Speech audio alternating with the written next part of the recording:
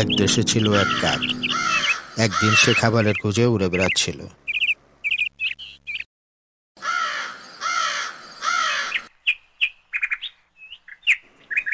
হঠাৎ সে এক বাড়ি থেকে এক টুকরো মাংস নিয়ে চলে গেল।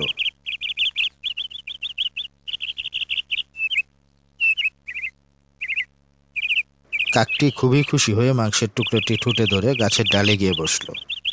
তবে কাছেই ছিল এক চালাক শেয়াল।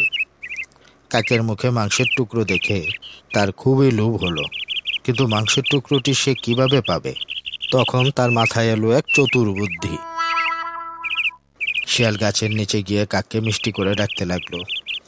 ও হ্যাঁ কাক ভাই, তুমি তো দেখতে এত সুন্দর, শুনেছি তোমার গলা নাকি খুবই মধুর।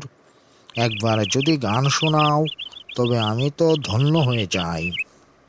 কাক মনে মনে খুবই খুশি হলো। সে ভাবল, আরে আমার গলা এত সুন্দর নাকি, তবে একবার গান শুনিয়েই দেই। এই ভেবে কাক মুখ খুলল গান গাইতে। কা, আর সেই মুহূর্তেই মাংসের টুকরোটা তার ঠোঁট থেকে নিচে পড়ে গেল।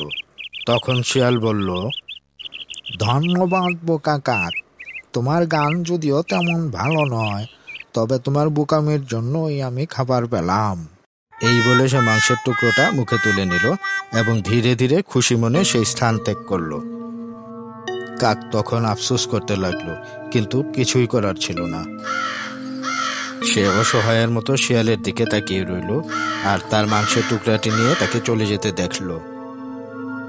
মনে রাখবে, চাটুকারির ফাঁদে পড়লে সর্বনাশ হয়, তাই প্রশংসায় ভেসে যাওয়া উচিত নয়, আর তাই দুষ্ট লোকের মিষ্টি কথায় কখনো ভুলবে না।